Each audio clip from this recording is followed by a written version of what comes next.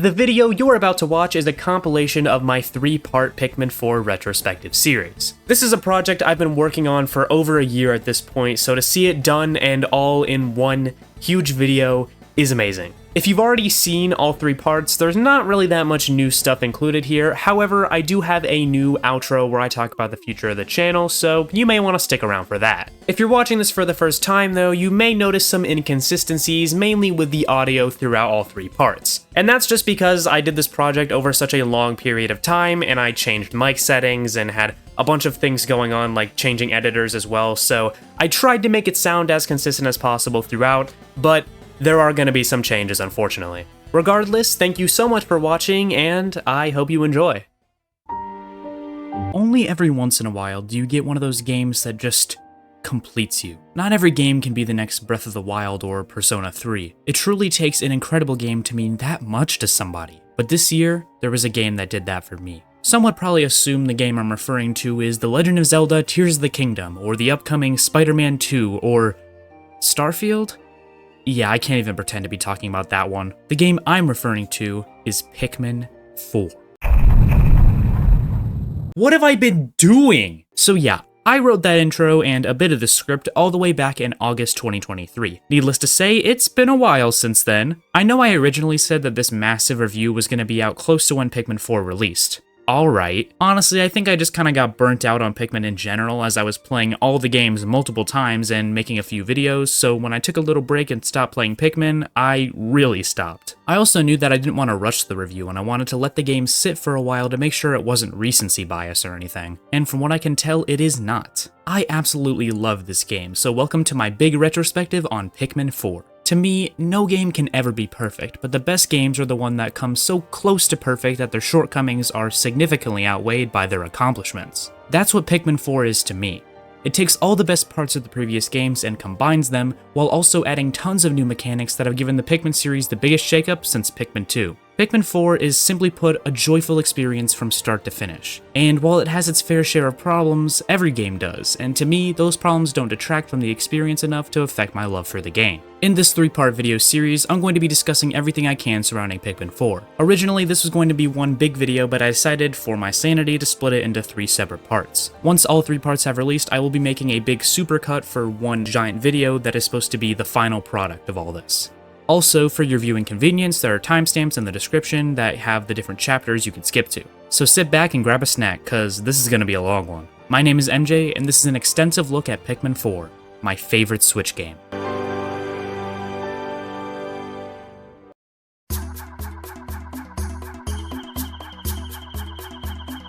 Pikmin 4 may be great, but we can't have Pikmin 4 without, well, 3 other games, so how exactly did we get to this point? The original Pikmin is a real-time strategy puzzle game created by Shigeru Miyamoto, the creator of Mario and Zelda. It originally started out as a Nintendo 64 game, where the gameplay focus was on real-time strategy and commanding rather than the action and exploration the Pikmin series is known for today. The Pikmin originally looked like this, and eventually evolved into the adorable plant creatures we know and love. However, these more modern designs of the Pikmin looked a bit different and seem to be able to do a lot more than what they're capable of in the final product. The developers wanted to create a darker world than what Nintendo was known for. In an official Nintendo Ask the Developer interview, one of the directors of the original Pikmin game, Shigefumi Hino, had this to say about the initial design concepts of the Pikmin. Quote, "Nintendo games up to that point were strongly associated with the bright and vibrant designs of the Super Mario and The Legend of Zelda series. That's why I wanted to take a bold step and depict a somber, mature, and mysterious world." End quote. Eventually, development of the project moved over to the Nintendo GameCube, and the technical capabilities of that console made it much easier to have dozens of 3D models on screen performing actions at once. The game was starting to take shape as Miyamoto and his team came up with ideas that would become integral parts of the Pikmin gameplay loop. Quote, "So, the team experimented with attaching them to enemies, and then everyone got all excited. Also, after defeating an enemy, we thought it would be satisfying if you could carry it back home. So we actually had the characters carry the enemy, and they looked just like ants carrying a cicada.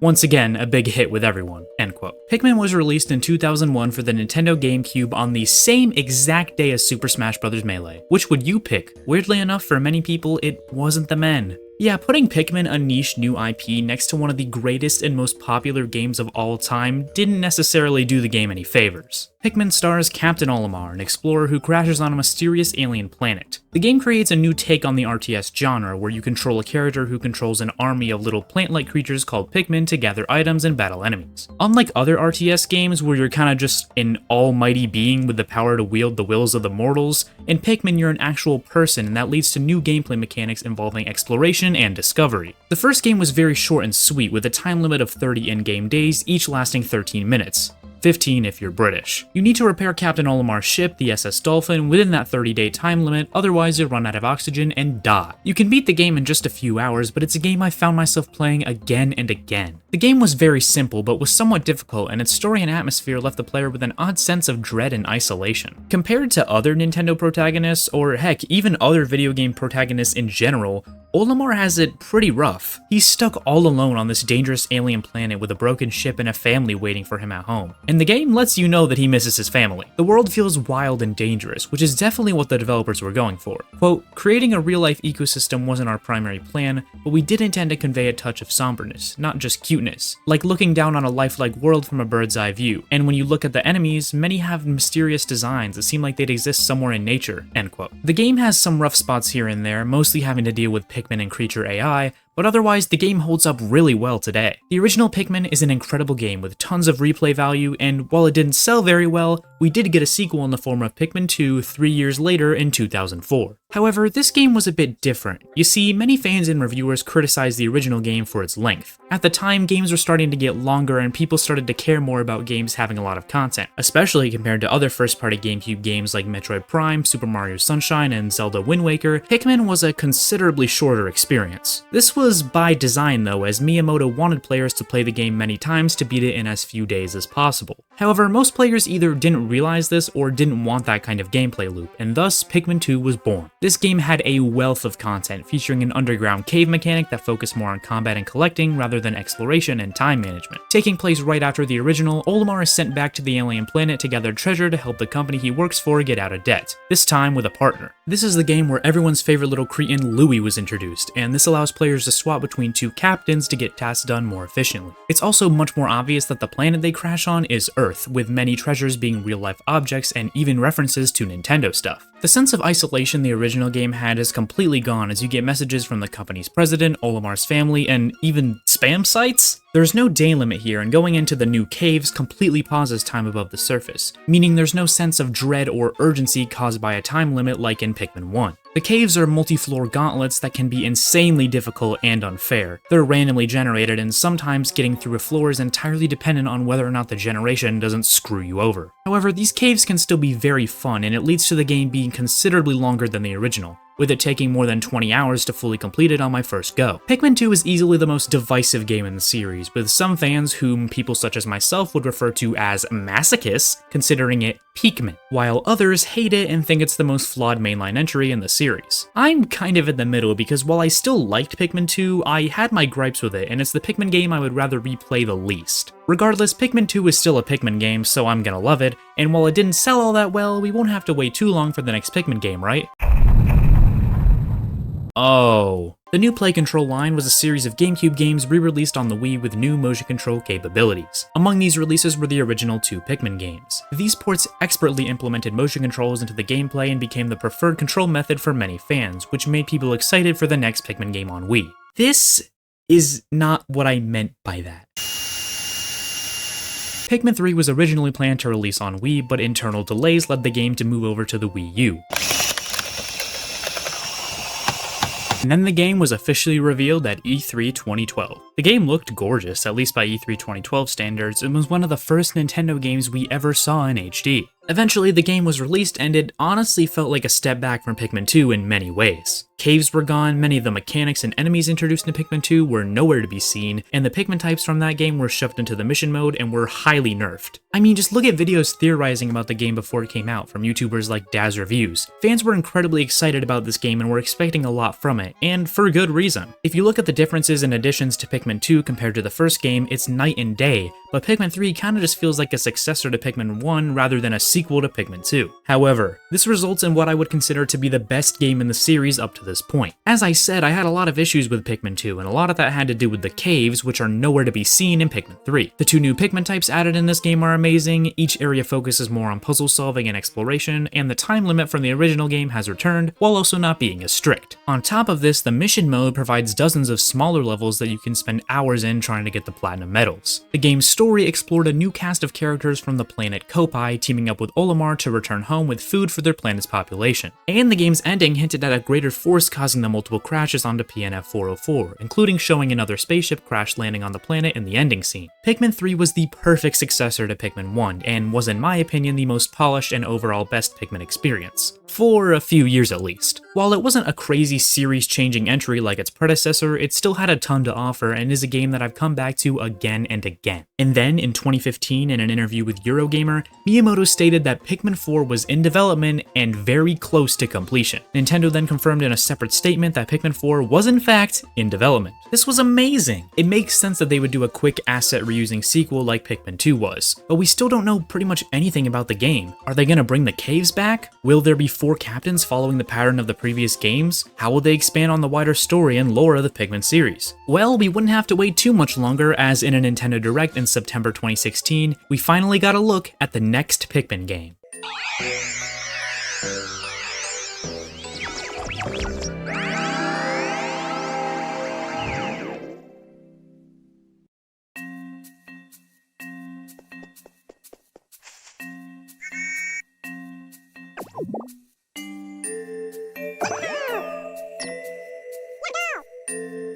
You see, it's funny because this is neither a Pikmin nor a game. Jokes aside, I honestly don't think the game is horrible. It's a generic 2D platformer that's pretty inoffensive, but it certainly isn't a Pikmin game. There's no real-time strategy or exploration. Each level has a linear path with an intended way to progress. Honestly, you could replace all the characters and environments with assets completely disconnected from the Pikmin series, and nothing about the gameplay would feel wrong or out of place. Its most heinous crime is that it's just boring and was put on a system that already had a plethora of generic 2D platformers. The game doesn't personally offend me, nor does it taint the series as a whole, unlike this absolute piece of garbage that I will surely make a video on at some point. Hey Pikmin is a game that just exists, and whose only legacy has been reduced to being one of the last games on a dying handheld. And then for years, we heard nothing about Pikmin 4. No trailers, no teasers, and no confirmation that the game even existed at all. The Pikmin community was split in their interpretation of what Miyamoto meant by his statement all the way back in 2015. One side argued that Pikmin 4 was actually Hey Pikmin all along, and Eurogamer simply misinterpreted Miyamoto's statement about the next Pikmin game to be Pikmin 4. Since we had never seen a Pikmin spin-off at this point, it wasn't out of the question for them to think that the next game would be Pikmin 4 and not Hey Pikmin. Plus, it would make sense for him to say that the game was close to completion if it was Hey Pikmin, considering that game was officially announced less than a year after Miyamoto made this statement. The other side claimed that since they specifically said Pikmin 4 and not something vague like the next entry in the Pikmin series, they had to be referring to Pikmin 4. And considering all the cut content from Pikmin 3 and the cliffhanger that the game's ending had, it would make perfect sense for a sequel to come not long after. Something must have happened to the game during development behind closed doors, but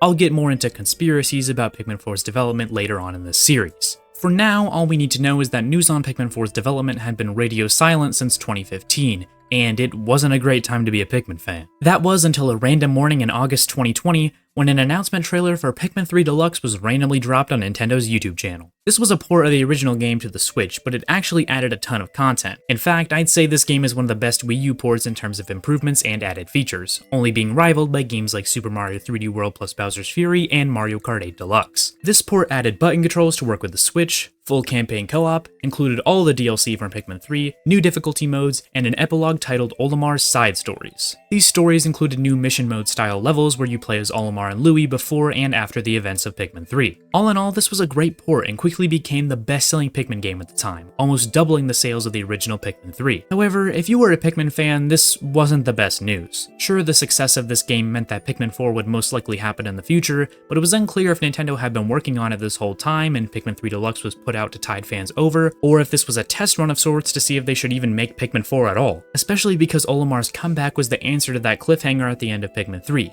with him and Louie being in the ship that crashes back on the planet in the credits. So even if we did get Pikmin 4, It likely wasn't going to be a direct sequel to Pikmin 3 like fans had been expecting, and it might take a while to come out. But do not fret, because almost a year after Pikmin 3 launched, Pikmin Bloom was announced and subsequently launched that same day. This game was developed by Niantic, who also made Pokemon Go, and is a mobile game in the same style as its monster collecting predecessor. I've played a bit of this game, but it's easily the Pikmin game I have the least experience with. Yeah, I know, I played the video game equivalent of white bread more than the game where Pikmin can wear chess pieces on their head. How dare I? So because of this, I can't really say much about this game, but what I can say is that it was a good sign for Pikmin fans. I mean, why would they release a mobile spin-off for the Pikmin series if they didn't plan on putting out a mainline entry to go alongside it? It was clear this game was meant to attract more people to the Pikmin series, and considering Pikmin Bloom has had more downloads than sales of all of the Pikmin games combined excluding Pikmin 4, the game certainly did just that. However, we still knew nothing for sure about Pikmin 4, if the game even existed at all. That was until one fateful day. On September 13th, 2022, the usual late-year Nintendo Direct was held, and nothing seemed out of the ordinary until Miyamoto came on screen. He did his usual talking about some Mario movie and a Nintendo theme park, but that's not important right now. He then says he wants to talk about Pikmin. He goes on a little tangent about Pikmin Bloom for a bit, and then we get into the main event.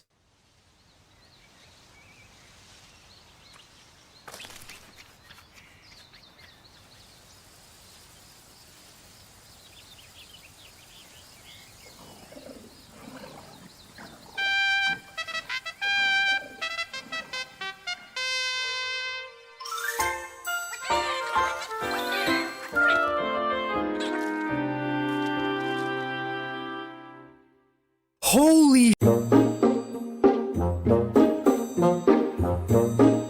So the first trailer for Pikmin 4 we got, honestly didn't show much. Yes, Bulborbs do in fact make their return in Pikmin 4 to the surprise of absolutely no one. However, we did see some shots of new areas, which we would later discover to be Base Camp and the Sun-Speckled Terrace. Miyamoto also showed a screenshot where you could see the main character, as well as the camera angle at which the game is played. The camera is closer to the ground, showing us the Pikmin and Captain's perspective as opposed to the other games in the series where the camera is further away and almost top-down in a way. It's funny how much this element of the game was emphasized before release by both Nintendo and the fans. I remember a lot of people making a big deal out of this. But in the actual game, you can move the camera around to be either this style or the old style where it's more top-down, so it doesn't affect the gameplay much at all. There is one more thing that Miyamoto mentioned though in the official reveal, Dandori. Now, what exactly does that mean? Dandori is a Japanese word meaning a plan or progression of actions. This is pretty much how Miyamoto explained it in that announcement, organizing and planning with your Pikmin to get tasks done as efficiently as possible. This is the essence of what Pikmin is, and it's cool how Pikmin 4 emphasizes this aspect of the gameplay, especially when it comes to difficulty, but I'll get more into that later. For now, this very short trailer and blips of information were all we knew about Pikmin 4. However, it was set to launch in 2023, so we wouldn't have to wait too much longer to get substantial news and actual gameplay. And in February 2023 at the usual Direct, we got exactly that with the Direct cold opening with the first big trailer for Pikmin 4. The trailer starts by showing off some more of the areas we've already seen, as well as getting our first glimpse as to what we would later find out to be the Downy Snaggerit in the Blossoming Arcadia. We see the main three Pikmin types and the new camera angle. You can climb walls, treasures are back, ice Pikmin that can freeze enemies in water, a dog that can be commanded like a Pikmin, you can ride on his back on land or over water, and he can jump, caves are back, castaways,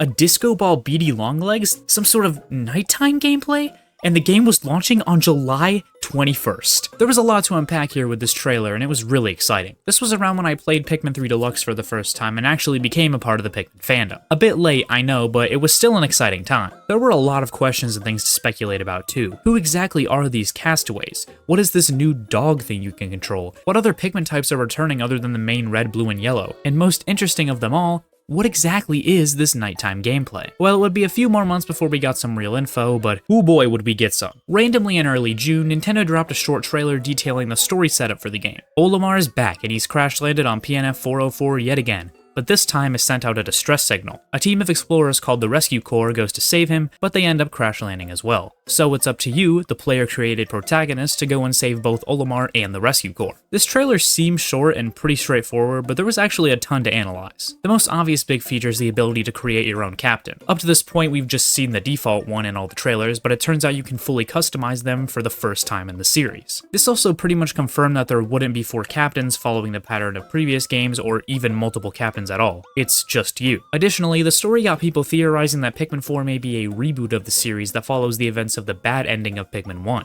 In that game, if you fail to collect all of the required ship parts in 30 days, Olimar's life support system fails and the Pikmin take him back to the Onion as it sucks him up and turns him into a Hakitation Pikmin hybrid, which fans dubbed the Olimar. Since it was confirmed in a Japanese screenshot that Olimar crashes the SS Dolphin specifically and it breaks apart like in the original game, fans began to theorize how this game's story fits into the overall Pikmin lore. Is this a different timeline branching off of the first game? Did Olimar simply crash again? If so, why was he on PNF 404 to begin with, and why does he have the SS Dolphin? Is it neither option and Pikmin 4 is a complete reboot of the entire series? This trailer certainly raised more questions than answers, but it did make a lot of buzz within the community. And in the June Direct, only a month before the game released, we got yet another trailer, this time with a plethora of new gameplay and info. However, I don't understand why they didn't just combine these two trailers for the Direct. Maybe it was to hype up the game more? I don't know. But either way, let's talk about the last big trailer before the game was released. This trailer showed more of Oatchi's abilities. There's an area in a house now.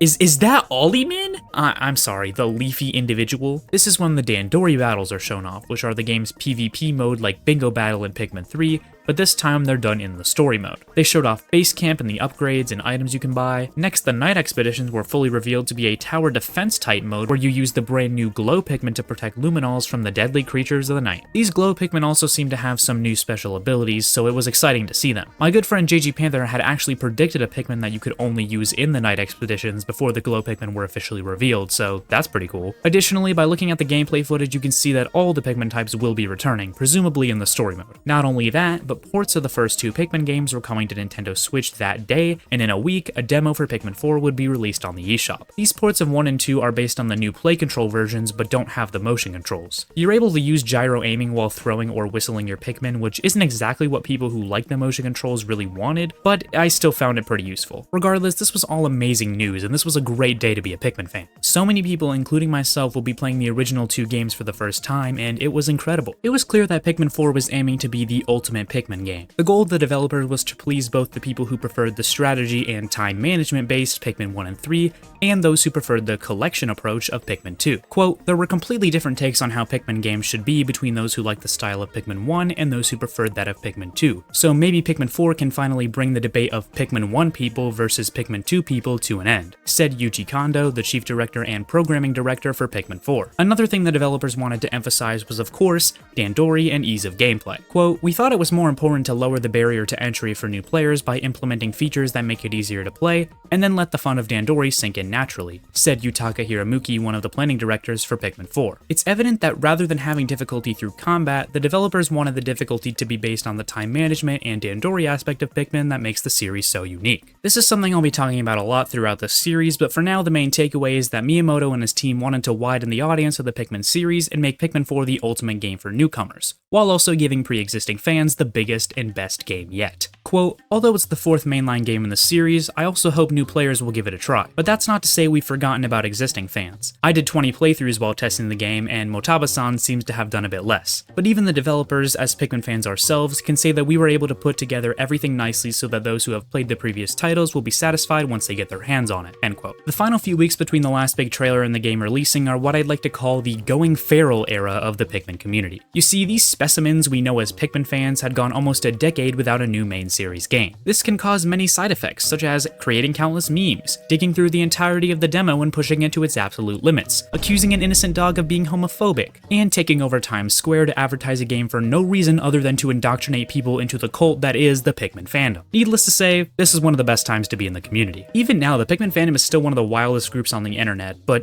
in a good way. For reference, the main subreddit r/Pikmin became so flooded with memes and inside jokes that they recently created a brand new subreddit called r/thezoo to try to keep the main subreddit a little less confusing for those who aren't in the know. Like, currently at the time of writing this, there was a war between r/Pikmin and r/Wario that seems to have ended, but if you scroll through the sub, half of the posts are memes about Wario or just straight up war propaganda. I love being a Pikmin fan. Anyways, I have a lot of fond memories of this pre-Pikmin 4 launch era, even though it was only like a year ago. I was discovering the inner depths of this community as I began to sink deeper and deeper into it myself. Everyone was so excited for this game, and we were all counting down the days. I also began to work on my big Pikmin series retrospective video, which got corrupted because I did not know how to render or export things back then, but I ended up posting it anyways because I'm an idiot. But without that video, without these first 3 games, I would not be where I am today. That Pikmin retrospective didn't do as crazy well as I wanted it to, but that's okay. It was the first massive project I had ever worked on, and it gave me the motivation and drive to keep making videos that would eventually lead me to the audience I have today. It's still not a huge audience, but you know, it's getting there. So I want to thank the original Pikmin trilogy dearly for giving me the push that I needed to start achieving my dream of making YouTube videos. And then, a few days after I posted that video, Pikmin 4 finally released.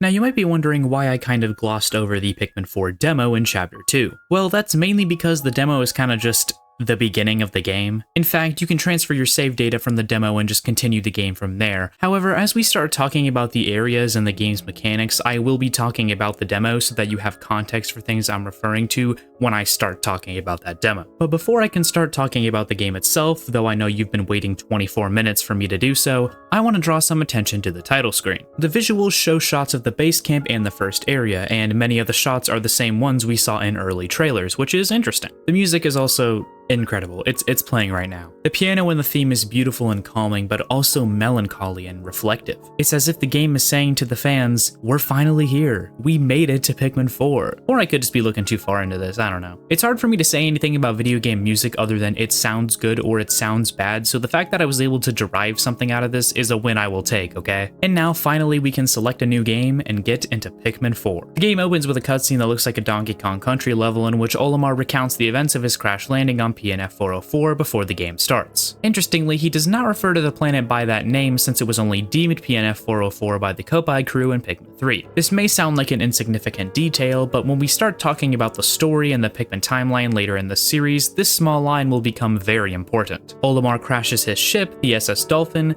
and then discovers creatures he calls Pikmin that can help him collect his missing ship parts to return home. Again, make sure to keep this detail about him discovering Pikmin for the first time in mind for later. He also comes across a dog-like creature that aids in him recovering his ship parts as well. Olimar makes his way to the last area he has left to explore. This is the house level in the game that is later revealed to be named Hero's Hideaway. However, when Olimar lands, all of the Pikmin run out of the onion and hide around the area, so it's up to Olimar to collect the Pikmin and find his last ship part. This is where you get to control him as the game teaches you the basic mechanics. Olimar hops on his dog Moss's back and rushes into some pots, breaking them to reveal some Pikmin. The pups, being the main character's dog Oatchi and Moss, are a huge new mechanic in this game. I'll get more into all of their specific abilities later in the next chapter, but without upgrades you can jump, ride on their backs with the Pikmin, and rush to break pots and deal damage to enemies. These pups are really interesting additions to the series and do a lot to change up the gameplay. Some of the abilities do make the game a bit easy at times, but as I said, I'll get more into that later. As always, you can whistle your Pikmin back to you by pressing and holding B, but it works a bit differently in this game. As I've mentioned before, the new Play Control remasters of the first two games and Pikmin 3 had motion controls with the Wii Remote, and it was a big part of their playstyle. Pikmin 3 Deluxe had gyro controls similar to the original, but it wasn't as precise, and I mostly just stuck with button controls when I was playing. Interestingly enough though, Pikmin 4 implements motion controls in the same way they're used in Pikmin 1+2 on Switch. You can use gyro aiming when throwing your Pikmin and whistling, which I found very useful, especially when trying to do tasks quickly. I know a lot of people wanted full motion control implementation like on the Wii and Wii U, but I feel like it would have taken far too much effort to get them right, especially considering they would have to be programmed for both the Joy-Cons and the Pro Controller. And as we've seen in games like Super Mario Galaxy and Skyward Sword on Switch, trying to emulate a Wii Remote with the Joy-Cons doesn't usually end well. While we're on the topic, another weird control issue I have is when you're throwing Pikmin at an item or pile of treasure, it will stop throwing once you've reached however many it takes to carry it. On the one hand, this is helpful for efficiency, since it allows you to quickly just throw a bunch of Pikmin and move on, but on the other hand, it can kind of hurt efficiency sometimes. A big mechanic of the Pikmin series is that if you have more Pikmin than is required to carry an item, they will move it a bit faster. So while yes, in some situations it's helpful for you to have exactly as many Pikmin needed carrying an item, in situations where you want more than what is required, it can be a bit clunky. After a second or two, the game will let you throw more if you want to, but it also doesn't lock onto the treasure. You have to just throw it near the treasure like in the old games, which is really weird since this game loves to use the lock-on mechanic to trivialize certain parts of collecting in combat. I don't think this is a huge issue, I definitely got used to it after a while, but I wish there was a setting you could do to toggle this on and off because sometimes it can get annoying. Upon exploring and collecting some Pikmin, Olimar makes his way to the top of this table. This is where Moss picks up the scent of a ship part where a boss creature is waiting for. And upon encountering the boss, we hear...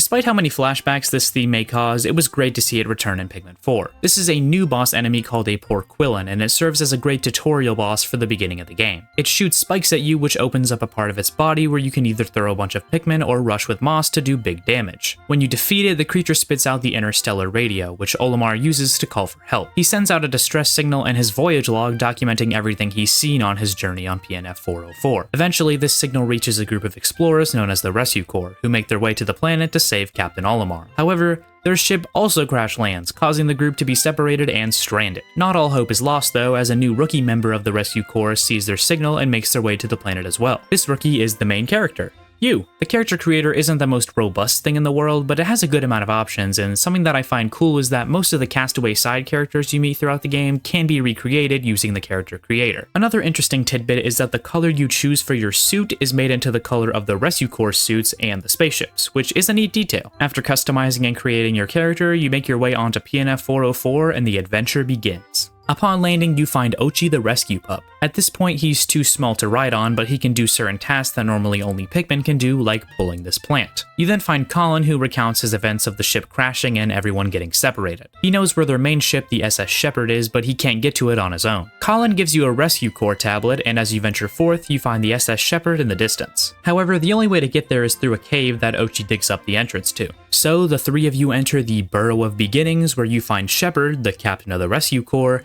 getting attacked by some enemies. After you save her and break some pots to exit the cave, you make your way to the SS Shepherd to find that it's broken. However, Olimar's voyage log says that there are treasures scattered throughout the environment that contain Sparklium, an energy source that can be used to get the ship up and running again. Interestingly enough, Sparklium originated from Hey Pikmin and pretty much worked the same way in that game. You collected Sparklium from treasures to progress. This is basically the equivalent of Pokos from Pikmin 2, which makes sense because in this game you're not collecting money. You also find an onion nearby that sprouts out your first red Pikmin. You can use the pellets nearby to grow more Pikmin, which you use to carry the heavier treasures that Oatchi can't lift, or rather drag in this case, on his own. Treasures are most commonly man-made objects like a Game Boy Advance SP for instance. Once you collect the few treasures surrounding the base, the day ends and the SS Shepherd is back up and running. It can't fly anywhere, but it detects some nearby SOS signals in the first big area of the game, the Sun-Speckled Terrace. But before we talk about the new areas, let's talk about the main stars of Pikmin 4, the Pikmin. And Oatchi, I guess, because he's kind of a Pikmin, but we're about to get into that.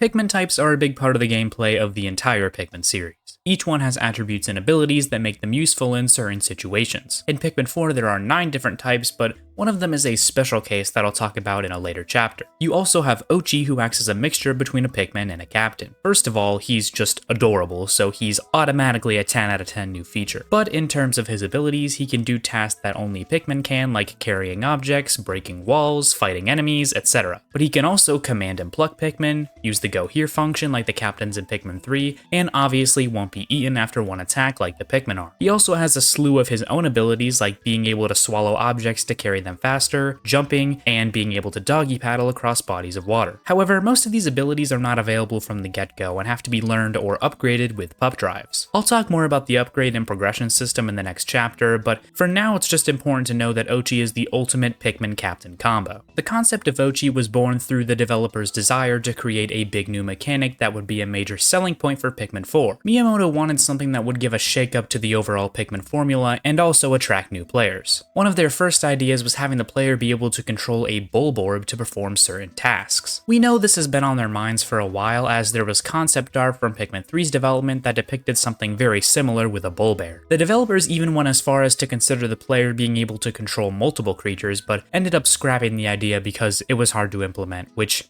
is fair. Quote, ultimately, we decided to add Oatchi as a partner creature that the player could switch to from the main character. As a playable character, you can have him throw and call Pikmin, but he can also be used as a sort of mega Pikmin who possesses the power of 10 Pikmin, said Yuji Kondo in an interview with Game Informer. Looking at Oatchi in the final game, there are many similarities to the Pikmin 3 concept art, but it's clear that the developers wanted to keep this aspect of the game easy to understand, which is why they ultimately decided on the Pikmin Captain hybrid that is Oatchi. However, I would would like to see them tackle this controlling enemies concept in a future game, whether it be a big new gameplay change in Pikmin 5 or in a spin-off or something. I think this idea has a lot of potential, both gameplay and lore-wise, as there are unanswered questions about things like the Bulbmin that would be cool to see elaborated on in a future game with this capture mechanic. Oatchi is very fun to use in-game, but it can also make some of the Pikmin types obsolete at times. Oatchi is pretty overpowered once you have a lot of his upgrades, especially when it comes to combat. Once you get the Mega Rush, you're able to stun enemies and do major damage with one charge. On top of that, all of the Pikmin on Oatchi's back will automatically be thrown onto the enemy, meaning that unless it's a boss, it'll probably go down in a few seconds easily. I wish charging into an enemy just did damage and stun the enemy instead of throwing all of your Pikmin on it, because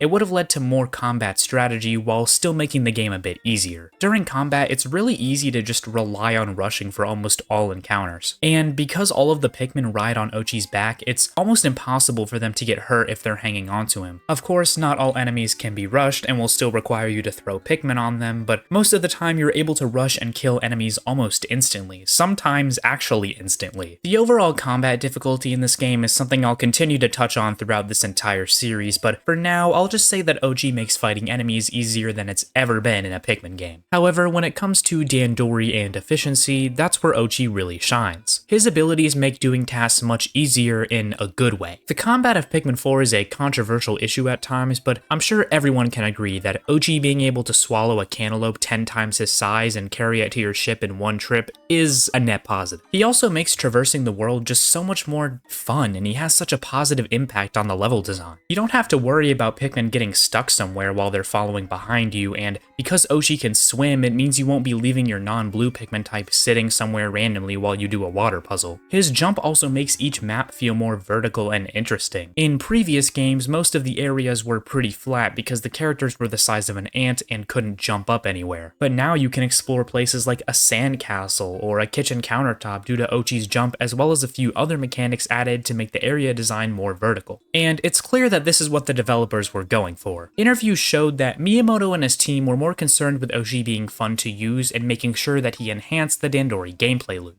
Quote, "At first we were worried that Oatchi may make some battles too easy against native creatures, but Oatchi deepens the strategic nature of the game because players are able either to control both their character and Oatchi at the same time, or to assign a different role to each. You can strategize like, should I have Oatchi remove the obstacles first, or nope, I'll let the Pikmin handle that and have Oatchi take care of the creatures instead." End quote. While I wouldn't agree with the statement that Oatchi doesn't make battles a lot easier, he most certainly does, I definitely see where the devs are coming from here. Their intention is that Oatchi will be used to improve player strategy by having a large range of tasks that he can perform. They want the challenge of this game to be the player choice and what they decide to do with their time and resources, even if they have a lot of different resources. Oatchi's addition is a hot topic among Pikmin fans, but as someone who prefers time management difficulty over combat difficulty in Pikmin games, I found Oatchi's inclusion to be a welcome shake-up to the Pikmin formula. Do I think the pups should be a series staple? I found it fun to rely on Oatchi when I was playing this game, but I don't want him to be as prominent in the series moving forward. For future games, I think Nintendo should nerf the pups or replace them with a new mechanic altogether. I don't want to see them go, but from a gameplay standpoint, it makes sense to do something else for the next game since the dogs have pretty much served their purpose in Pikmin 4, especially since the entire theme of the game is about dogs. The new characters are named after dogs, a large portion of the plot revolves around Oatchi and the dogs, and the final boss is just a giant dog. Oatchi has served his purpose in my eyes, and while it would be cool to see him or another rescue pup return for Pikmin 5, I wouldn't be upset if the dogs were a mechanic exclusive to this game. But of course, Oatchi isn't the only thing that can carry a cantaloupe in one trip, because we have the various Pikmin types also there to lend a hand. First off, we've got Reds, the poster child of the Pikmin, the all-rounder when it comes to abilities and usefulness, the tried and true. Steve is just a chill guy. I think they strike the perfect balance between being useful in combat and in puzzles with their abilities, even if they do get kinda sidelined in the late game. They do more damage than the average Pikmin type, making them pretty useful for combat, especially in the beginning. They're also resistant to fire, meaning they can destroy fire geysers and won't burn when fighting fire enemies. Additionally, fire starters were added in this game to give red Pikmin another use. These function kinda similarly to bomb rocks in Pikmin 1, only Reds can hold them and they're used to burn the dry plants to progress in certain areas. areas. They can also be used to burn the ice coating on those types of enemies and can break ice walls and ice gates. I would say this is an amazing addition to give reds more of a purpose, but for some reason this mechanic is only introduced at the end of the game. The only time you can even use this mechanic before the post-game is in one cave in the last main story area, and it's not even required or close to the beginning of the area, so people who are playing casually might just miss it altogether. Sure, the fire starters are a big part of the first post-game area, but at that point you'll most likely have seen all of the Pikmin types and won't want to keep using reds, you'll want to use the new ones. In the beginning you do because they're one of the only types readily available, no pun intended, and they do extra damage. But in the post-game, reds are easily outclassed by purples, rocks, and ice Pikmin when it comes to combat, so it kinda feels like you just have to use the reds for the sake of using them, rather than using them because you want them. This is something that Nintendo has always kinda struggled with when it comes to Pikmin types. In every new game since the first, there's been a new Pikmin type introduced at the very beginning of the game that is sort of used for combat. In Pikmin 2 it was purple, in Pikmin 3 it was rock, and of course in Pikmin 4 there's the ice Pikmin. The game wants you to use these new Pikmin pretty early on, so reds are almost immediately outclassed by those new types that get the spotlight. Additionally, yellows and blues have always been the poster children for the types that you only use because you have to. The best Pikmin types in my eyes are those that strike a good balance between being needed to solve puzzles and wanting to use them because they're good for their other abilities. Reds are still a good option, and I think they strike a good balance between being useful for puzzles and for combat. However, they aren't needed for most of the game, and once other Pikmin types are introduced, they kinda get brushed off to the side. And I think a big reason for this is because of my least favorite thing about Pikmin 4, the recommended system and decreasing the amount of Pikmin types you can hold at once. In previous games, you were limited to only being able to bring 5 Pikmin types with you at a time because, well, you could never have more than 5. In Pikmin 1, only 3 types existed, in Pikmin 2 they added purple and white Pikmin, making 5 total, and in Pikmin 3 they added rocked and winged, but took purples and whites out of the story mode. 5 was the perfect amount in my opinion. Having 20 of each type was almost always enough for any given task. Maybe sometimes you would have to go back to the onion to grab some more blues or something, which could be annoying, but it was never that big of an issue. But in Pikmin 4, you can only hold 3 different types, and the game tells you exactly what types you'll need in a specific area or a cave. In theory, this sounds like a good idea. Now that there are 9 different Pikmin types available in the story mode, it makes sense for the game to tell you which types to bring because carrying 9 different ones at once would get overwhelming and you would only be able to carry a few of each type. However, this leads to very little strategy or player freedom in terms of what Pikmin types you use. Sure, you don't have to follow the recommended types for each area, but why wouldn't you? You're gonna need them for certain puzzles, so you'll have to come back for those types regardless to 100% the area or cave. It's a weird issue that doesn't have the perfect solution. If you don't recommend what types to use, then players won't know what 3 types to take with them and are bound to get annoyed by having to continuously go back to the onion. But if you do tell them, then there's no freedom in terms of what the players take. Here's what I think they should have done. Instead of carrying 3 Pikmin types at once, you can carry 5 like in the rest of the series. Only 3 types are needed for a certain area and they're recommended to you, but you can take 2 additional types if you want to. For example, let's say I went into Hero's Hideaway, my favorite area of the game. They recommend I use yellows, rocks, and ice, but I decide I also want to bring in purples to help with combat encounters. I should be able to do that, and I think this is a pretty good solution. This way the game still lets you know what types you need so you're not going back to the onion, but the player can bring other types if they want to, leading to more freedom. This is a big reason why people say types like wings and whites don't have a lot of use in Pikmin 4 because they just aren't recommended a lot. Reds are only recommended in 2 of the 6 main areas, and even then they aren't really used for their abilities in the first one. They're only recommended because they're the first Pikmin type you unlock. Whites and winged are done even dirtier, being recommended in only 1 main area. Sure, these types are also recommended for certain caves, but otherwise you don't use them that much. If I could bring 5 types like I suggested, I would probably bring at least a few whites with me everywhere I went because they bring items back to the ship significantly faster. They're great for efficiency, but because they aren't needed for a lot of puzzles, they're rarely recommended, so you rarely use them. This recommended system also means that there won't be any backtracking to previous areas once you've unlocked certain certain types. In every other Pikmin game, you've had to return to areas you've already explored with newly unlocked Pikmin types to get everything done. But because of the recommended system and the open-ended nature of this game's progression, you can 100% every area as soon as you get there without having to do any backtracking if you want to. This is where I think the game really struggles, because a lot of the fun of previous games was going back to earlier areas with newer Pikmin types. But there is one thing to keep in mind. Most people playing this game probably won't care about this at all because the game is designed around you only having 3 types at once. It isn't something I'm actively frustrated at while playing because the game is still fun. It can just be a bit jarring sometimes, especially since in caves you aren't limited to carrying only 3 types. You can only bring 3 into a cave, but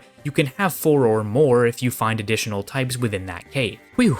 That was a pretty long rant. Back to talking about the different Pikmin types. Next are the yellow Pikmin, which are pretty much unchanged from previous entries. Yellow Pikmin are immune to electricity and can break electric gates, they can be thrown higher, and they can dig up buried objects considerably faster than all other Pikmin types. That's pretty much it. I guess they're better than in Pikmin 3 because now electricity can actually kill other Pikmin types, and they have a 4 times digging speed boost rather than 2 times, but they still aren't great. This game uses high objects extremely sparingly, and even then most of them can be knocked down using Oatchi's Rush. Digging speed can be helpful, I guess, but it's not like it takes a long time to dig things up with other Pikmin anyways. Plus, if you upgrade Oatchi's digging ability, he can easily outclass the yellows. Their only real use is with electric enemies or hazards. Plus, they're used in the first 2 areas because they're one of the first types you find and the first additional onion you find. But it's kind of a similar situation as Reds, where their inclusion in the beginning of the game doesn't feel like a great use, it just feels like I have to use them because they're one of my only options. Yellows are probably my least favorite Pikmin type in the game because they don't have a lot of use, nor do I think there is a reason to use them when they're not required. This leads us to the blue Pikmin, which I think have a similar problem as yellows. Blues certainly have a lot of uses, with them being the only Pikmin that can dive underwater to collect treasures and are resistant to water hazards, including the new sprinklers added in this game. However, they have no unique attributes other than the ability to go underwater, so you'll never want to use them in scenarios where you aren't in the water. As I said before, blue Pikmin are the epitome of only using a Pikmin type because you have to. And even then, new additions to Pikmin 4 make them more obsolete than they already were. With Oatchi's Doggy Paddle and the Ice Pikmin's ability to freeze over water, you can take any Pikmin type you want over a body of water. Before, you could only take blues through the water. So if there was a section of the map blocked off by a river or something, you were forced to just bring blues, resulting in sections of the map where you had to exclusively use them. I never saw this as a great way to give blues a better use, but it's at least better than this. Now the only thing that's exclusive to blues is gathering treasures or fighting enemies underwater. And even then, if you upgrade Oatchi's Doggy Paddle to level 3, he can dive under the surface too. Sure, using blues is more convenient than Oatchi, especially if you have more than just blues with you, so those types can stay on Oatchi's back above the surface, but having one specific scenario where using blues is convenient as opposed to a singular other option isn't great. They're still better than yellows because at least you're forced to use them a lot, and their use in the engulfed castle is just as creative as it was in the submerged castle in Pikmin 2. I think to make blues better, they should give them some sort of unique attribute like yellows have with digging that makes them useful outside of the water. Because as it stands, blue Pikmin don't have a lot going for them, and players only use them because they have to. Moving on, we have the infamous purple Pikmin. Purples were probably the most controversial addition to Pikmin 2. They did a ton of damage, they could stun enemies, and had a carrying strength 10 times greater than all other Pikmin types. Most bosses could be easily cheesed with purples, making them kind of overpowered in a game that was already extremely difficult. However, when I was first playing, I actually found that they tried to strike a good balance in the game because of the Doomsday apparatus. This treasure required 100 purple Pikmin to carry, and since purples could only be found in limited quantities inside of caves, you had to be very careful in how you use them. In fact, I barely used them when I was first playing Pikmin 2 because I didn't want to have to grind the caves in the endgame to get the treasure. In theory, this should have made purples not as overpowered because you had to use them wisely so you won't end up abusing their power. However, this just made the game kinda unfun. So on repeat playthroughs of Pikmin 2, I found myself being less scared to use purples, which makes me see how overpowered they truly are. are. In Pikmin 3, purples were heavily nerfed, giving them no impact damage and no stun ability. Their only real use in that game was their carrying strength, still being 10 times the normal Pikmin. Purples were only found in certain stages of the mission mode, meaning they were of little use. However, in Pikmin 4, they're back in the story mode and are more similar to their Pikmin 2 versions. They still do the same amount of damage as reds, unlike Pikmin 2 where they did 2 times damage as opposed to red's 1.5 times, but their impact damage has returned, making them still very powerful. They also don't stun enemies like in Pikmin 2, making the Pikmin 4 versions kind of a mix between the Pikmin 2 purples and the Pikmin 3 purples. I think this right here is the perfect way to do this Pikmin type. They're still a little bit overpowered, but you won't be able to unlock them until the latter half of the main story, and you won't get their onion until you complete 2 big post-game quests. I really like purples in Pikmin 4. In fact, when me and JG Panther made a Pikmin type tier list less than 2 weeks after Pikmin 4 had come out, we put the purples in this game at the very top of the list. While my opinion has changed since then, I still think purples in Pikmin 4 are one of my favorite types in the series. White Pikmin are in a different boat though. I've always had a soft spot for these little guys, so it really disappoints me to say that they've been done pretty dirty in Pikmin 4, but they've also been made a lot more useful? It's weird, so let me explain. In Pikmin 2, whites had the ability to see objects underground and dig them up. They were the only type that could do this, and since a lot of caves had buried treasure, they were very useful. They were also immune to poison hazards, and when eaten by an enemy, the venom inside their bodies would deal a bit of damage to that enemy. They were also the fastest Pikmin type, making them the go-to use for carrying treasures. In Pikmin 3, their poison abilities were removed altogether since they were only seen in the mission mode, and they do half the damage as they did in Pikmin 2. In Pikmin 4, they are no longer the only type that can dig up treasures underground, and they maintain their half damage multiplier. However, their poison abilities are back, and despite doing less damage to enemies when eaten than in Pikmin 2, there are a plethora of new poison hazards and enemies introduced in this game. In Pikmin 2, poison was rarely used by enemies themselves. There were only 4 enemies that used poison in the entire game, one of which was the final boss, and another was an extremely rare enemy that most players wouldn't encounter unless specifically looking for it. Luckily, there were several new poison variants of enemies added in Pikmin 4, like the Moldy Slooch and the Startle Spore. However, similarly to winged Pikmin, whites are only recommended in the last area of the game and a few caves, meaning they don't get a lot of use. In some ways, white Pikmin have been upgraded and downgraded in Pikmin 4, but it doesn't really matter since they're barely used anyways. They're useful when you do have them for their very fast carrying speed, so I still like them, I just wish they had more time to shine in Pikmin 4. Rock Pikmin are probably the most middle-of-the-road Pikmin type in the game. On the one hand, they're really good for combat. Unlike all other Pikmin types, they don't latch onto enemies but have high impact damage like purples do. They're also immune to crushing and stabbing attacks, making them extremely useful against certain enemies such as the Empress Bullblacks. However, rocks have barely any use outside of combat. They can break crystal walls, but that's about it, and even then the crystal walls can be broken with bomb rocks as well. Of course, it's more convenient to use the rock Pikmin, but this still means rocks have almost no use in puzzles. However, I think their combat abilities make up for it. There are many situations where having a large group of rock Pikmin can be very useful for combat. This goes along with my previous rant about the Pikmin type limit, because if I could bring more than 3 types with me at once, I would probably bring a few rock Pikmin with me sometimes because they're very useful in combat. But as it is in Pikmin 4, I only use them when they're recommended. I really like using them when I was quote-unquote supposed to, but that just wasn't a lot of the time, unfortunately. Winged Pikmin are in a very similar situation. They're almost completely unchanged from Pikmin 3. They can still fly over water, easily exploit enemy weak points, and use shortcuts when carrying items. However, the shortcuts are not nearly as useful as they were in Pikmin 3. Wings will only carry objects over small gaps, and at times will take the same path as ground Pikmin would. The shortcuts were a big reason why they were so useful in Pikmin 3, and that coupled with the fact that they're barely used in Pikmin 4 means winged Pikmin are often forgotten about. They're only recommended for a few caves and the final area of the game, and even saying that they're very useful in those sections is a bit of a stretch. There aren't any bamboo gates or fluke weeds like in Pikmin 3, which gave winged Pikmin new and creative uses. The only thing that kinda replaces this are treasures and enemies that stick out of the mud. Since all other Pikmin types, Oatchi and the player cannot traverse through the mud and therefore cannot collect items in it, winged Pikmin are the only type that can lift the treasures out of the mud. However, this is almost never used and is something I often forgot about when it comes to winged Pikmin in Pikmin 4. There are almost no enemies that take advantage of the winged Pikmin's combat abilities like the burrowing Snagrid and Scornet Maestro did in Pikmin 3. The only one I can think of is the man at legs, and even then when you rematch it, winged Pikmin aren't even recommended. It's a shame because like whites, wings are one of my favorite types because of their design and unique abilities. They have more use and I liked using them more than yellows, but they're probably the second worst type in the game because there's almost nowhere where they're recommended or where you're required to use them. And finally, we have the Ice Pikmin, which are one of the 2 new Pikmin types introduced in Pikmin 4 and are easily the best type in the game. Like,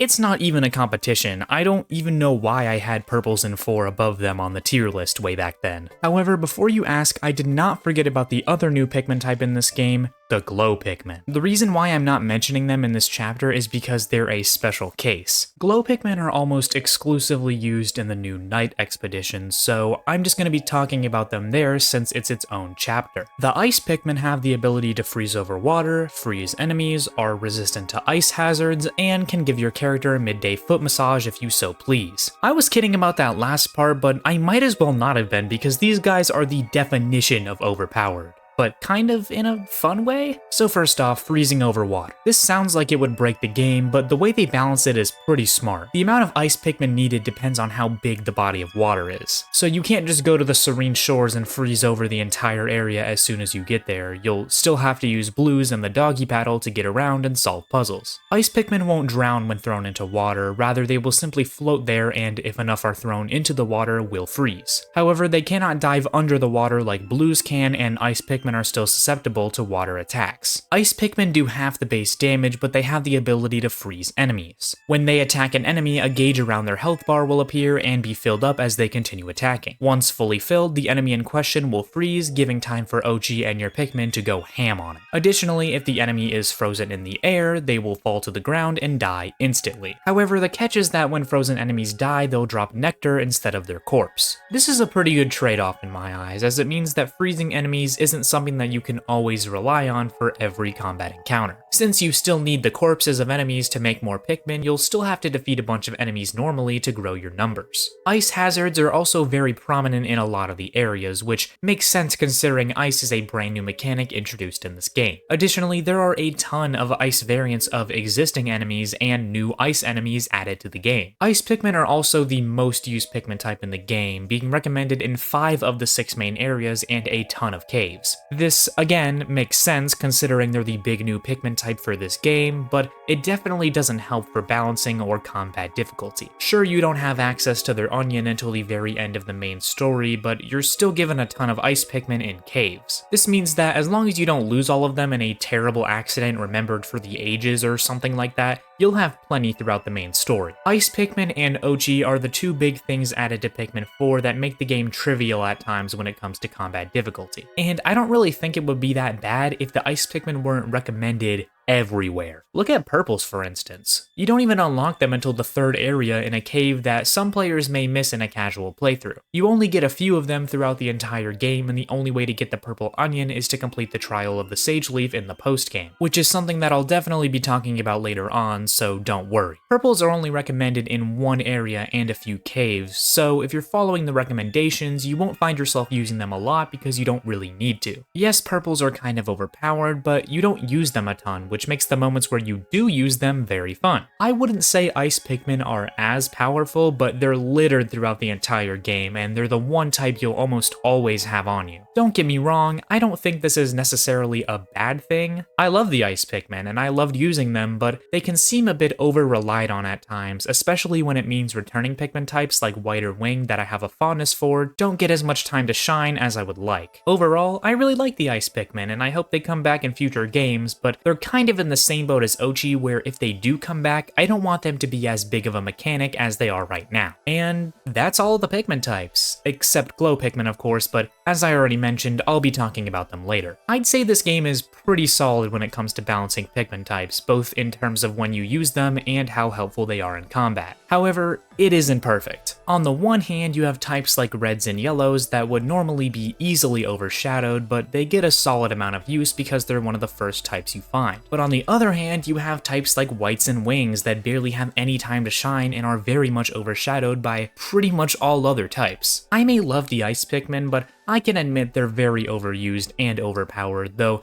I am someone who doesn't mind the easy combat difficulty in Pikmin 4. If I had to give a ranking on the Pikmin types based on the combined factors of how useful they are, how often they're used, and how much I like using them, this is what it would be. From worst to best, we have yellows, winged, rocks, whites, reds, blues, purples, and ice. That's it. There's the official ranking, until it inevitably changes in like a week or two. I had a lot to say, which is why this is the longest chapter of the video so far, but it's also the most negative. Most of my genuine complaints with Pikmin 4 have to do with the Pikmin types and the recommended system. Despite this, I still don't think it's that bad. It's not the kind of thing I was annoyed at while I was playing. More so, when thinking about the game after beating it, I started to realize just how bad of a hand my beloved white Pikmin were dealt. However, I feel like balancing is always going to be a struggle in Pikmin games. There's no way to give each Pikmin type equal attention and usefulness, so considering that Pikmin 4 has way more Pikmin types than any other game in the series, I think they did a decent job. I love Pikmin 4, but even so, I think it's important to point out criticisms because how are they supposed to improve otherwise? Pikmin 4 may be humanity's greatest achievement, but Pikmin 5 can always be there to take that title in the future. I mean, I thought Pikmin 3 was my favorite entry in the series until this one came out, and it solved a lot of issues that I thought that game had. Take this sort of mini rant as a lesson that even if you think a piece of media is the best thing ever, don't be afraid to mention its shortcomings. Don't be afraid to be critical about something you love because you think it may weaken that love or whatever. I'm definitely much more critical of Pikmin 4 after writing this video, but I still think the game is great and it's my favorite game in the series. But nothing is entirely perfect, and learning to accept that is important to maintaining and strengthening the love you have for whatever piece of media it is. At the end of the day, media discussion is all an opinion anyways, so who cares what other people think about yours? But hey, I'm wrong more often than I think apparently, so take all of this with a grain of salt, I guess. Anyways, you ready to talk about some upgrades?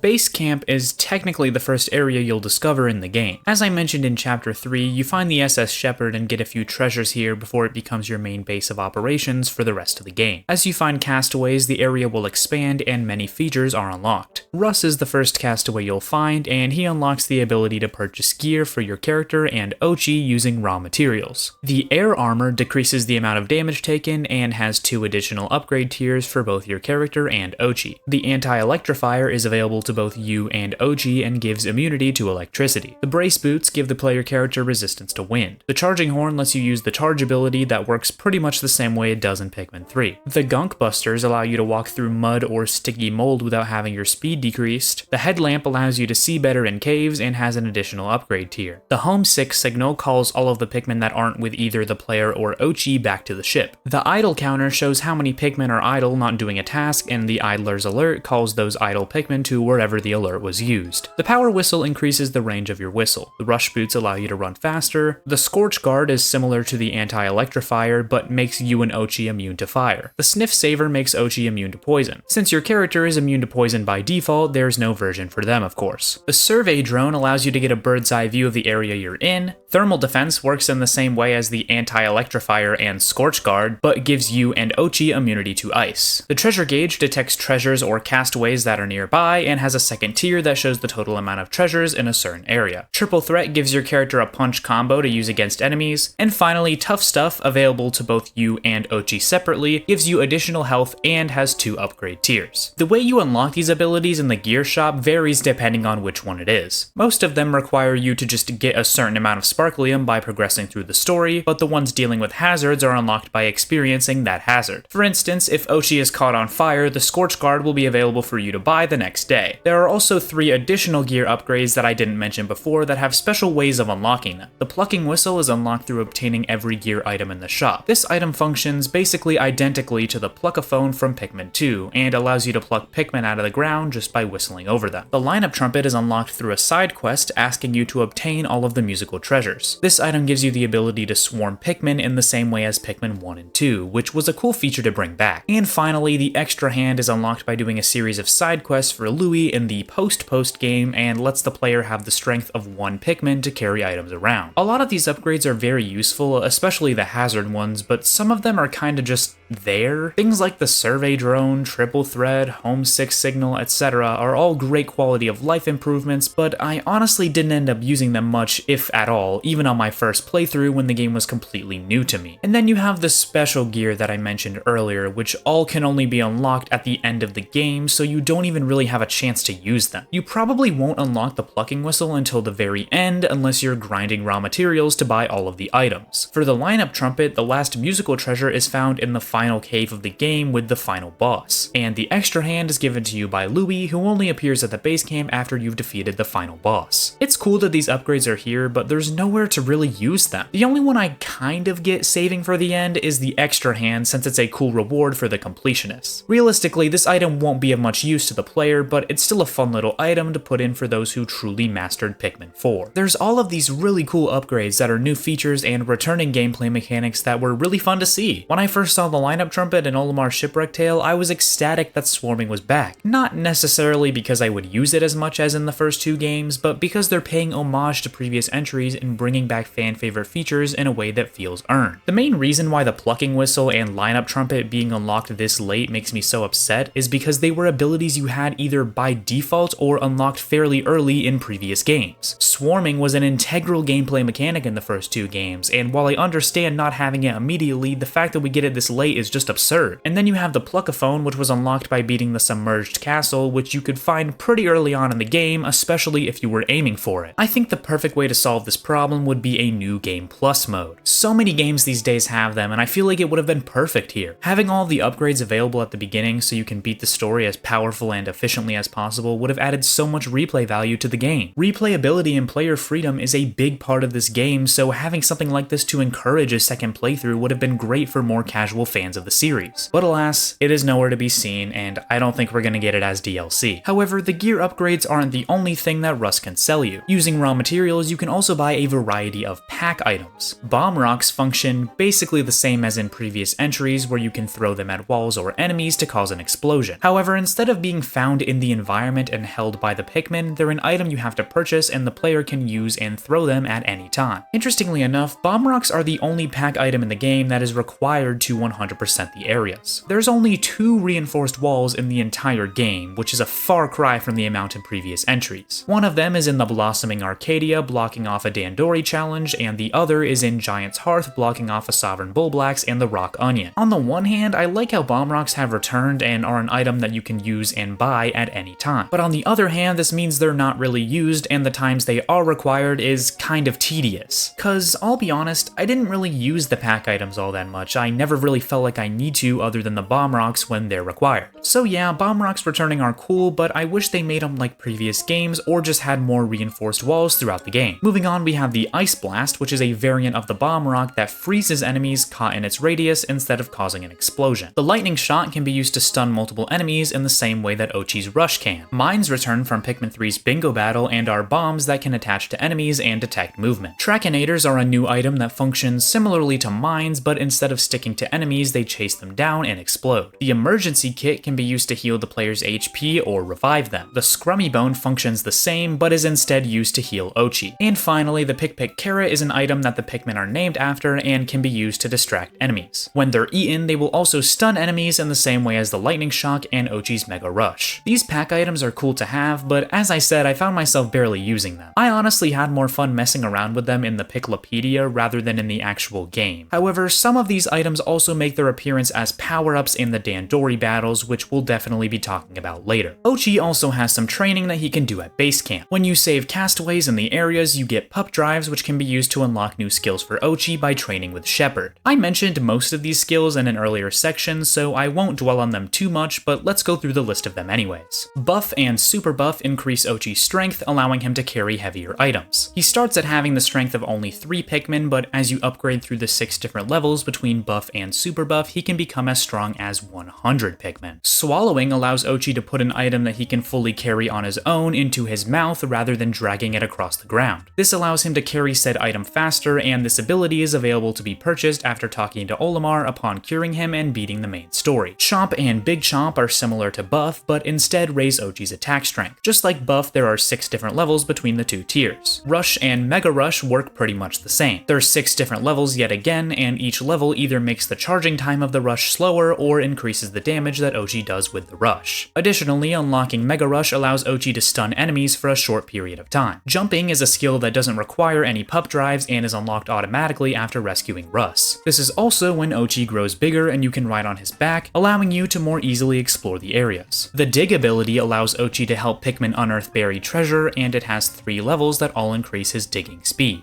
Doggy Paddle lets Oatchi swim across the water and is first unlocked after seeing the animation of Oatchi flailing in the water. The skill has 2 more levels, with the first increasing his movement speed in the water and the second allowing him to dive underwater to attack enemies and carry treasures. Pluck allows Oatchi to help pluck Pikmin out of the ground and has 2 additional levels, increasing the plucking speed. Heal has 3 levels and allows Oatchi to recover health over time. Commanding is something that Oatchi can do from the start, but has additional upgrade tiers that unlock more options. You start out with Oatchi being able to track the scent of different things around the environment, whether that be a castaway, onion, treasure, or more. Oatchi can lead the player to whichever way they choose. Level 2 unlocks the Go Here function from Pikmin 3, increasing your efficiency while doing tasks. And finally, level 3 allows the command for Oatchi to gather Pikmin, which will send him searching for idle Pikmin around the area and bring them back to the player. Just like with the gear, there's a final secret skill Oatchi can learn called the Infinite Rush. This monster of an ability allows Oatchi to rush forever until he runs into something or you press B. You can't unlock this ability until you've found all of the castaways though, so you can't use it much if at all throughout the entire game. However, I'm not as upset about this one as I am with the Plucking Whistle or Lineup Trumpet, because this is another one of those funny completionist features that really wouldn't be all that useful unless you're just messing around in the areas. Plus, Oatchi is pretty overpowered as is, so it makes sense to lock this behind completing the game. I like all of Oatchi's abilities, but I mostly covered my opinion of them in Chapter 4, so I don't have too much extra to say here. Most of the castaways you find also have some sort of purpose at base camp, with the majority of them being part of a side quest. Some can be repeated, like the ones asking you to grow the Pikmin population and bloom Pikmin flowers. Others will have you find castaways from their group. For instance, there's a teacher who's lost her students, and finding the 3 of them will complete the side quest. But most of the side missions are progression or exploration based. There's quests for discovering creatures and treasures, fusing the onions, 100%ing areas, exploring caves, and much more. Almost all of these side quests reward you with raw materials, but a few of them give you special items or features. I already covered Russ, Shepard, and Louie's missions that unlock the Plucking Whistle, Infinite Rush, and Extra Hand respectively, but there's one more quest that unlocks a very different feature. After rescuing 10 leaflings, you're able to change your appearance to the leafling look, which is a really fun feature. This is the kind of feature you'd think would only appear in mods or ROM hacks, but no, it's here and it's a customization option that you can get fairly early on. Arlo is canon in Pikmin, guys. These castaways don't just give you side quests though, as some of them unlock new features or gameplay modes. The biggest of these is Olimar's Shipwreck tale, which I won't get deep into here because, spoiler alert, that and the Trial of the Sageleaf Gauntlet have their own chapter later in the series. Other than that, there's the Piklopedia and the Treasure Catalog, which give information on every creature and treasure in the game. The Piklopedia is unlocked after rescuing the castaway Dalmo. For each creature you find, he gives notes usually based on personal experience encountering the creatures, and he sometimes gives advice on what to do or not to do when finding them. Upon beating the main story and rescuing Olimar, he also gives his own notes on each creature. His notes are more scientific and theoretical in nature, playing into his discoverous and insightful personality. They're usually more lengthy and place an emphasis on how each creature interacts with their environment. Enemies that return from Pikmin 2 and 3 use Olimar's notes he had there, but new enemies and creatures returning from Pikmin 1 for the first time get new entries. Once you beat the final boss and rescue Louie, he also has his own notes on each creature. They involve describing ways to cook each enemy because he's obsessed with food, and just like with Olimar, if they had a Piklopedia entry in previous games, they're copy-pasted here. You can also go into a little area to examine the creatures, throw items at them, and even fight them with whatever Pikmin types and amounts you choose. The Treasure Catalog is unlocked after rescuing Schnauz and functions almost identically to the Piklopedia. Schnauz has his notes on each treasure that can serve as a sales pitch or general description of the item. Olimar's notes usually give a more detailed explanation as he tries to make sense of what the item actually is. Louie's notes are much less expressive than in the Piklopedia and are usually short without him having much to say. That is, unless he can connect the treasure to food, in which case he has a lot more to say. Classic Louie. The Piklopedia and Treasure Catalog are both great returning features, and they're just as great as they've always been. You can also examine each treasure in a little area just like with the enemies in the Piklopedia. As much as I'd love to go through every treasure and creature and analyze all of the cool stuff here, this video is long enough already, so let's just move on from for now. Other features unlocked through rescuing castaways include changing your character's look, not just to the leafling, and replaying Dandori battles and challenges. I'll definitely be going more into the Dandori stuff in the next chapter, but the fact that you can replay them from the base camp to get the platinum medals is a cool addition. Overall, the base camp serves as a great hub for the rescue corps, and it's something we've never really seen in a Pikmin game before. However, I do think it makes the game lose the isolation the Pikmin series is known for. Yeah, Pikmin 2 also had a similar problem because of how much connection you had to the outside world, but at least when you were on the planet, you felt alone. Now there are dozens of characters at your base camp every night, and the main rescue corps can talk to you while you're out on an expedition. Olimar's voyage logs in Pikmin 3 used to be something the player found to help them in a certain situation, and it wasn't clear who they were from at first. You weren't sure who this mysterious explorer was, or if they even survived the harsh planet, which added to the atmosphere of the game. In Pikmin 4 though, Olimar marks his logs as being from him, and they just appear to serve as tutorials whenever the game thinks the player might need them. The lack of isolation isn't necessarily a bad thing, it's just different. Ultimately, all of the characters make way for integral new gameplay features like the gear and training, as well as the castaways being a new collectible. The base camp is a wonderful addition to Pikmin 4, and I'd love to see it expanded upon in future games.